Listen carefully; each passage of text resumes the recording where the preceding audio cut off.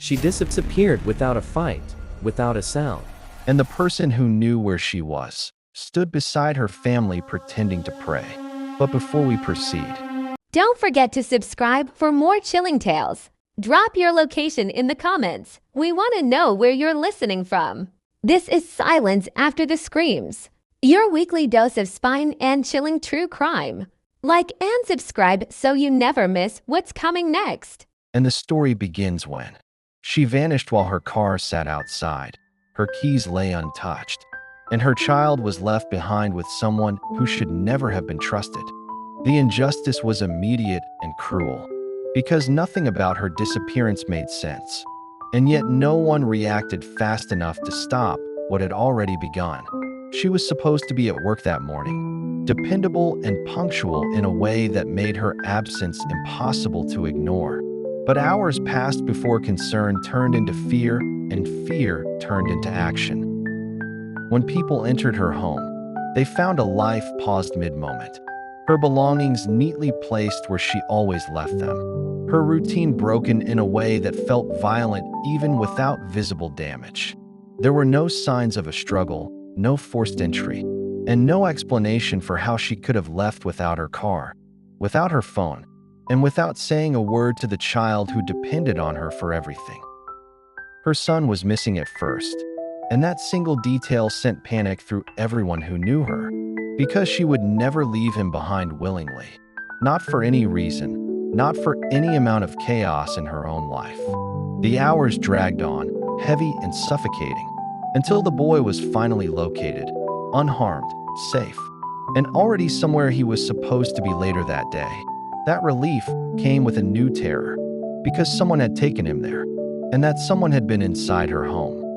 As questions grew louder, one name stayed quietly present, spoken gently and trusted easily, a familiar figure who had moved freely through the families, life without resistance. He was someone who prayed with them, laughed with them, and offered help when it was needed, someone who never raised suspicion because authority and faith had wrapped him in protection long before anyone thought to look closer. Police began asking careful questions, but the answers came slowly and inconsistently, shifting just enough to feel wrong without revealing why. Stories changed in small ways. Details moved around the truth instead of settling on it, and the feeling that something terrible had already happened grew heavier with every hour she did not come home. By the end of the day, the town understood one thing clearly. She had not disappeared on her own, and whoever knew where she was had been close enough to be trusted. The man who last saw her was not a stranger, and that was what made the danger invisible. He had been welcomed into the family slowly and completely, filling the role of protector so convincingly that no one questioned his presence, not even when he stood at the center of the investigation.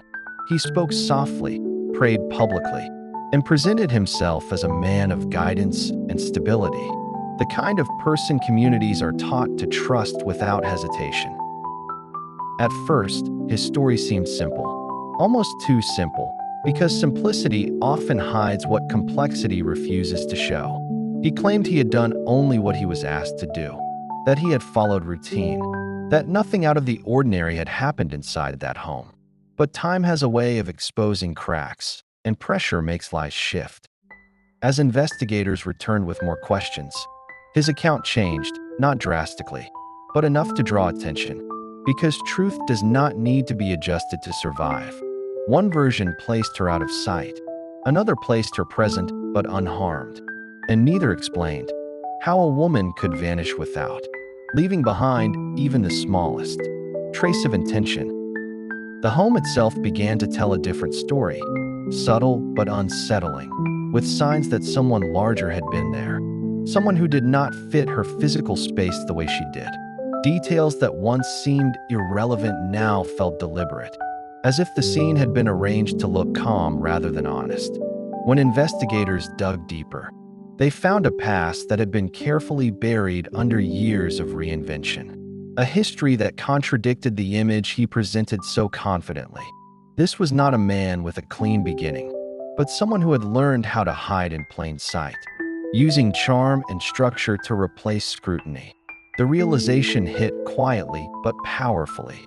The danger had not come from outside. It had been invited in, and the person everyone trusted had been close enough to take everything from her without resistance. By the time the truth began to surface, hope had already thinned into something fragile and painful, because everyone understood what it meant when a missing person case stopped being about rescue and started becoming about recovery. When confronted, he did not fight as hard as expected, and that alone was terrifying, because surrender does not always come from guilt, but from control. His version of events was delivered calmly, stripped of emotion, shaped carefully to avoid the parts no one wanted to imagine.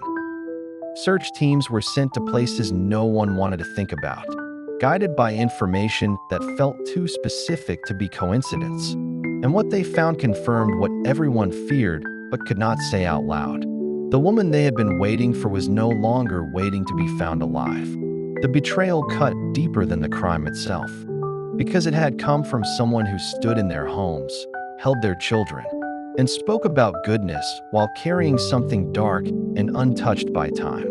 The family was left not only with grief, but with the unbearable knowledge that the warning signs had existed long before that night, hidden behind titles and trust. Courtrooms filled, sentences were spoken, and people searched desperately for closure, in words that could never undo what had been taken. The town wanted an ending that felt like justice, something solid enough to quiet the questions and stop the nightmares. But justice did not arrive the way they expected. Because before the story could truly end, before accountability could settle, something happened that took even that small sense of resolution away. And the final act of this story did not happen in a courtroom, or in a confession, or even in the place where she was found. It happened in silence, leaving one last question behind, not about who did it, but about how long the truth had been standing right in front of everyone, waiting to be seen.